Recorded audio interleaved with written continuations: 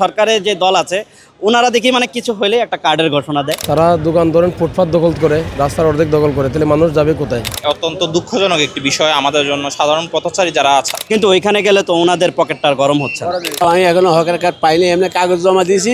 রাজধানীর সড়কে শৃঙ্খলা ফেরাতে উচ্ছেদ করা হয়েছিল হকারদের, সেই সড়কই এখন চিহ্নিত করা হচ্ছে হকারদের জন্য। সাধারণ মানুষ এবং পথচারীরা এটি কিভাবে দেখছেন সেটি জানানোর চেষ্টা করব। পথচারী হিসাবে এই রাস্তাটা দিয়ে আমার সবসময় আসা যাওয়া, আমার অফিস এখানেই। এখন এখান থেকে যখন আসা যাওয়ার পথে আমরা কিছুদিন আগে দেখলাম যে উচ্ছেদ হলো।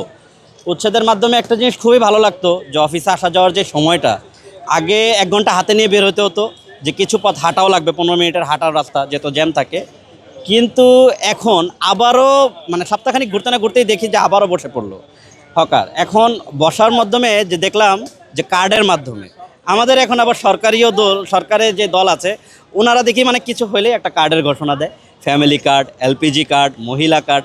আর ফেসবুকে আপনারা ঘাটলে অনেক কিছু দেখবেন, আরও বিভিন্ন ধরনের কার্ড আছে, অশ্লীল কার্ড নামেও আছে।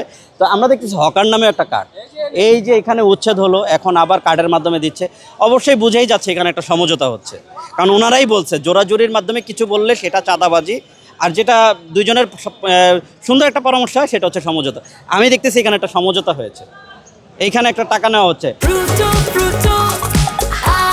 প্রাণ ফ্রুটো, সময় অসময় ফ্রুটোময়। এখন দোকানের ভাড়া বেশি, অ্যাডভান্স বেশি, এই জন্য রাস্তার যারা দোকানদার যারা করে ওনাদের তো বাজেট কম, ওনারা মার্কেটে যেতে পারে না। আপনি এখানে গেলেই দেখতে পারবেন মার্কেটে অনেক দোকান খালি, ওনারা যায়, ওনার জিজ্ঞাসাও করে না কেন, অ্যাডভান্সের জন্য। এখন ওনাদের কথা হচ্ছে আমাদেরকে রাস্তায় সুযোগ দেন। এখন তাহলে সরকার এভাবে একটা ব্যবস্থা করুক, একটা মার্কেট করুক, অল্প অ্যাডভান্সে ওনাদের দোকান দেখ, অল্প ভাড়ায় দোকান দেখ, তাহলে ওনারা ওই মার্কেটেই চলে যাবে, ওনারা কখনো এখানে থাকবে না। কিন্তু ওইখানে গেলে তো ওনাদের পকেটটা গরম হচ্ছে না। এটা দেওয়াটা ঠিক না। এটা তো আপনাদের পাবলিকেরও কষ্ট হয়, ওদেরও কষ্ট হবে। এটা আস্তে আস্তে আগে বাড়বে, এটা তো থাকবে না। এই যা দিচ্ছে ধার্য এটা থাকবে না।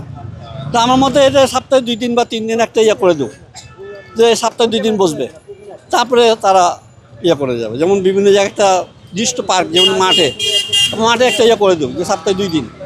তাহলে হকারদেরও সুবিধা হয়, জনগণেরও সুবিধা হয়। আমি এখনো হকের কার্ড পাইনি, এমনি কাগজ জমা দিয়েছি। এখন কোন দিন হয়তো আমাদের ডাক দিয়ে যাইতে হইব, গেলে কার্ড দেব, কার্ড অনুসারে আমাদেরকে বসার জায়গা দেব। কোন জায়গায় দেয় এটা মানে এখনো সিকিউরিটি হয় নাই। আমরা যেটুকু জানি আর কি, যে এখানে আবার নতুন করে দোকান বসাবে হয়তো সিটি কর্পোরেশন থেকে, বা কেউ একজনে নিশ্চয়ই উপর মহলের কারো নির্দেশ আছে। না হলে এই ফুটপাথ একবার দখলমুক্ত করার পরে সেকেন্ড টাইম কেন আবার এখানে বসাবে? আসলে পাবলিকের তো সমস্যা হয়, তারা দোকান ধরেন ফুটপাত দখল করে, রাস্তার অর্ধেক দখল করে, তাহলে মানুষ যাবে কোথায়? মানুষ হাঁটার তো রাস্তা থাকে না। অত্যন্ত দুঃখজনক একটি বিষয় আমাদের জন্য, সাধারণ পথচারী যারা আছি আমরা, আমাদের জন্য অত্যন্ত দুঃখজনক বিষয়। আপনারা জানেন কিছুদিন আগেও এখানে আপনার উচ্ছেদ অভিযান হয়েছে। আমরা ভেবেছিলাম যে আমরা একটি উন্মুক্ত সড়ক পাবো, ভালোভাবে হাঁটতে পারবো, কিন্তু এখন দেখা যাচ্ছে সবই আপনার প্রশাসনের ব্যর্থতা বলতে পারি আমি এক প্রকার। কারণ আমরা হাঁটতে পারছি না ভালোভাবে। আপনারা দেখতে পাচ্ছেন ইতিমধ্যেই অনেক দোকানদার এখানে এসে গেছে। একদম মানে কি বলবো, আমাদের হাঁটার কোনো মানে অবস্থা নেই বললেই চলে। আমরা চাই প্রশাসন এটার উপযুক্ত একটা ব্যবস্থা নিক অতি শীঘ্রই। ধন্যবাদ।